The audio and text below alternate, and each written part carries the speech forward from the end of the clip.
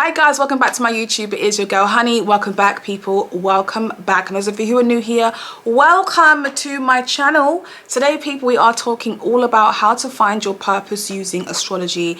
Absolutely incredible subject. This is one of my favorite things to talk about. I help a lot of my friends, family members find their purpose and what they're supposed to be doing based off the birth chart. So what's inspired this video is this is Black Friday week. So I am in the process of applying discounts to my website. You guys can check my website out, honeysastro.com. And also I recommend subscribing to the website where you get emails and articles, discount codes, etc. But I have just launched a walk with me with astrology workbook, document, class, whatever you want to call it, where I break down the key factors and steps into how to find your vocation, how to find your purpose using astrology. This is more geared towards career purpose. We go through the steps and I also provide case studies, examples where you guys can learn about how I would find someone's career purpose. So I will link that in the comment section below. Make sure you guys check it out, see if it's going to be of interest to you, because some people prefer to be told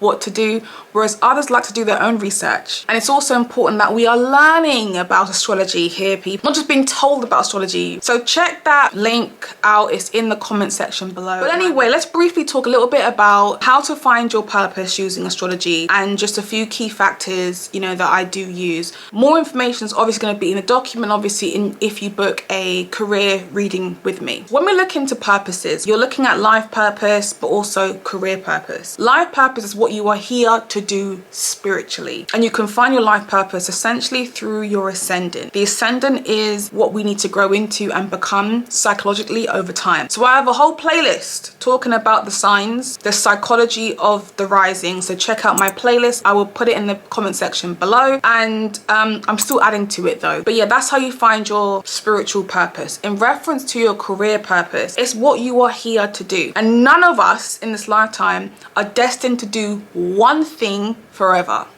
Never. We can branch off into other things and other areas, and we continuously grow and develop over time. So if you're someone who's in a place where, damn, like, what do I do, honey? Where do I go? This is the right video for you. So one of the first things you want to look at is what are the things that piss you off like a lot, but piss you off enough to go in there and bloody fix it. So for example, for me, people piss me off. The way in which people treat other people absolutely pisses me off. So for me, a lot of my passion will always be around helping people to be better, because people piss me off, but it's people that give me the passion to want to do something about society, do something about humanity.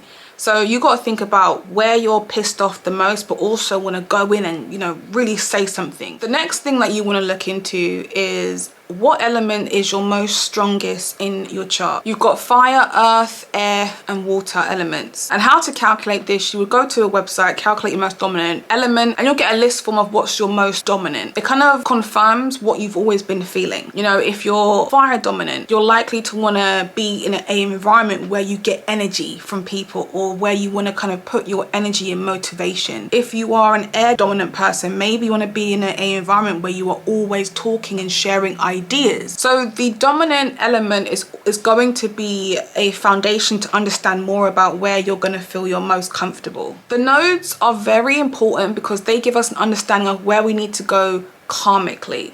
Now this is more of like a purpose, like a life purpose position, but I like to incorporate this into our career patterns as well. When you think about the North Node being a directional point of where we're all trying to get to karmically, and the South Node is what we are familiar with. Now there are going to be people out there who have their South Node conjunct Venus or the Sun or the Moon or whatever it is. You might have South Node conjunctions, and those conjunctions, it just makes your journey towards your North Node a little bit more of a challenge, where you've got to release a lot of the toxic ways of what those planets represent. So if your North Node is positioned in Leo, for example, you need to work towards being a lot more creative and expressive, dive into your performances. So perhaps being in a career where you are able to really utilize your creativity a lot more, or at least allow yourself to be seen. For you to have your North Node in Libra, perhaps you might want to be in an environment where you are learning about diplomacy, learning about law, learning about trying to keep the balance and harmony with people, or focusing more on, you know, maintaining healthy relationships with business partners or romantic partners. It's just about you maintaining healthier relationships. So it's about you incorporating your North Node into what it is that you do with your career. When it comes to the sun is the soul's purpose, the ego, the expression, your consciousness, your confidence. And the sun really allows us to make sense and understand how we are supposed to really express our true selves.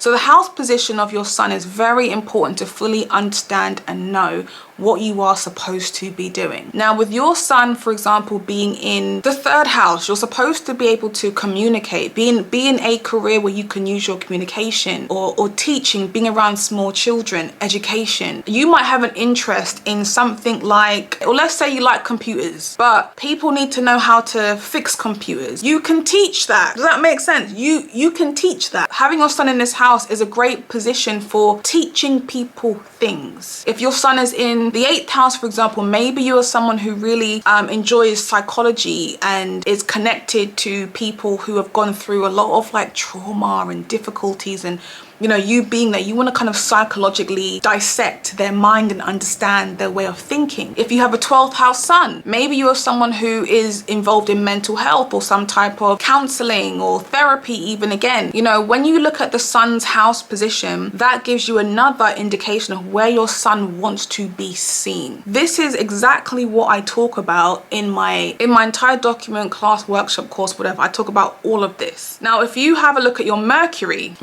is the things that you want to talk about, where you kind of gauge your network. So where you want to kind of find your people that have or share the same interests as you. So my Mercury is in my 12th house, and I like to talk about things that are kind of hidden. Like, I was told that my channel, although it's astrology, it's a niche within a niche, because I don't talk about, yeah, my star sign is this. I talk about things that are a lot more kind of deep within, you know, astrology, and I quite like that. That's just my thing. You know, you want to talk to people that talk about the things that are very hidden and psychological and very spiritual. Those of you who have your Mercury in the 1st house, for example, 1st house is the house of the self. Maybe you like to talk about, you know, your personal development, being around other people who are very self-confident and talk about what they've done to grow, but having very close one-to-one relationships where you guys are free to communicate and learn from each other.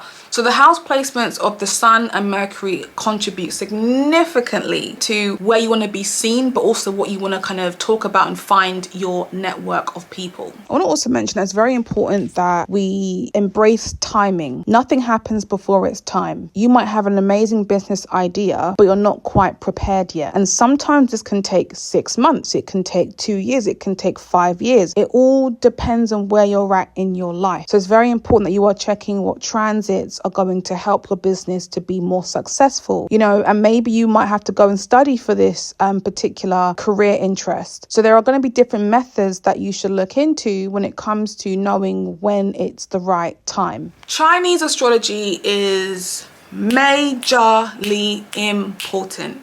It's huge. I'm not heavily into it, but I do like to reference the years that are important. It's kind of linked to Jupiter in a sense as well. But every year we are birthed into a particular animal in Chinese astrology. This is how you can track different times that you can launch or publish things to do with the things that are important to you. And this happens every 12 years. It's a 12-year cycle. So for those of us who are born in 1990, which is the year of the horse, right, which is myself, then you've got others that are born in 1996, the year of the rat. Every 12 years, there is a cycle that you need to follow. And this is the same cycle that Jupiter makes its transit. So Jupiter makes its full transit around the whole chart after it's reached its 12-year cycle. And when it makes a transit, it's a major time for expansion. Regardless of if you're happy with your Jupiter or not, if you've got a difficult Jupiter, you're still going to expand and grow during that year. The lessons may just be a little bit more different for you, who knows? But during those particular years, it's very important for us to utilize that as a way for us to grow and to be better. Tracking your progress moon is also a wonderful way way in order for you to find what it is that your focus is right now, especially when it makes transits over the angled houses, because the angled houses, house 1, 4, 7 and 10, give you that indication of where you are supposed to be at that particular time. Sometimes we wonder, oh, you know what, why am I not in the place that I want to be in? I'm not in the career that I want to be in. You know, let's say you've got progressed moon transiting through your 4th house. Maybe your focus isn't so much right now about your career. Maybe it's about establishing a family, a home, or some sort of home structure, you know, working on your family relationships, and that's okay, because we should really focus on 1 or 2 things at a time as opposed to taking on board more than what we can actually handle. And then also sometimes when the moon goes through that 10th house, I've literally just had this, like I've just come out of this. I became a mother, you know, I had a baby, and it kind of restructured the direction of where I wanted to go. When progress moon comes into that 10th house, it kind of changes the direction of your life. You also want to track the progress moon through your natal chart just to see where it's kind of what it's going to be activating, what it touches next. So for me, it definitely activated money, activated work, activated me becoming a mum, but it wasn't the time for me to fully progress in my career at that time. But with it approaching my sun, I'm about to progress into a Gemini sun. But I'm studying right now, and I'm looking forward to graduating. I'm looking forward to having a new role, you know, a new position, a new me. And I'm birthing into like a new me. Things are just changing with me, but it's more of a grown acceptance feeling, but I'm very excited about the future. So my point is, the position of the progress moon will always help you to find out where your focus is now, and is it the right time to launch this business? Is it the right time to make this public? Is it the right time? You have time to figure out when that's going to be, okay? Now, when you look at your actual natal chart and you look at what it looks like, right, there are multiple different things that you can pull out from the chart. The 2nd house is the house of your earned finances. So you want to look at the rulership of that house. This is just the house of where you want to earn some money. It doesn't always link us to our career, right? It just depends on what's there. But that house is where we can earn money. So if you have your 2nd house ruler, which let's say it's Virgo, for example, and you have Mercury in your 6th house, that means you want to earn money through doing some type of service work. Maybe you might walk your neighbor's dogs, for example, and you might earn like a good wage from that, a good living from that. That's how you earn money. When it comes to larger investments, like where you need to put your big money, you got to look at what's happening in the 8th house. Where's your 8th house ruler? The 8th house is the house of banks, loans, it's investments.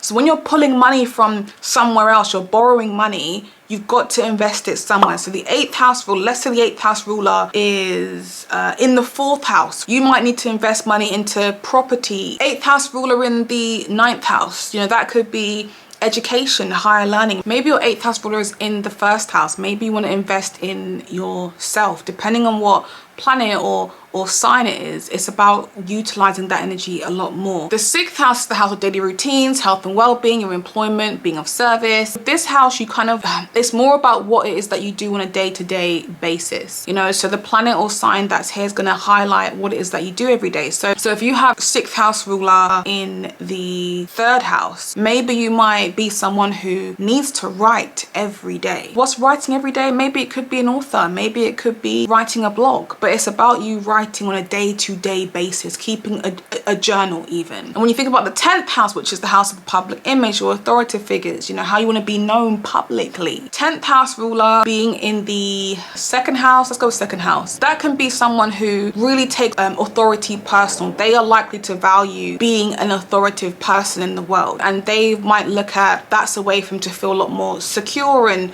stable in their self-esteem. Or let's say you have the 10th house ruler in your 5th house, which is the house of creativity and children, you know, wanting to be known as the person who is very expressive, very performative, and use those skills in your arts and drama or your way in which you create or even connect with children. But the 10th house is what I look at as how we kind of work on our long-term goals, what we look up to, where we are trying to go. But I don't look at it as this is exactly what my career is, because everything else contributes to it. It's more about what that sign represents in terms of where you're trying to go and how you get there. So guys, that is my video on how to find your vocation using astrology, how to find your purpose. And if you guys are interested in purchasing the document, the class, the course, whatever you want to call it, workbook, whatever, it is available directly from my website. If you're interested in booking a career reading, again, you can find it on my website, honeysastro.com. But good luck, people. You know, there are lots of options that we have, and it's about us taking our control back and just trying to figure out what we are here to do. All right, take care. Bye.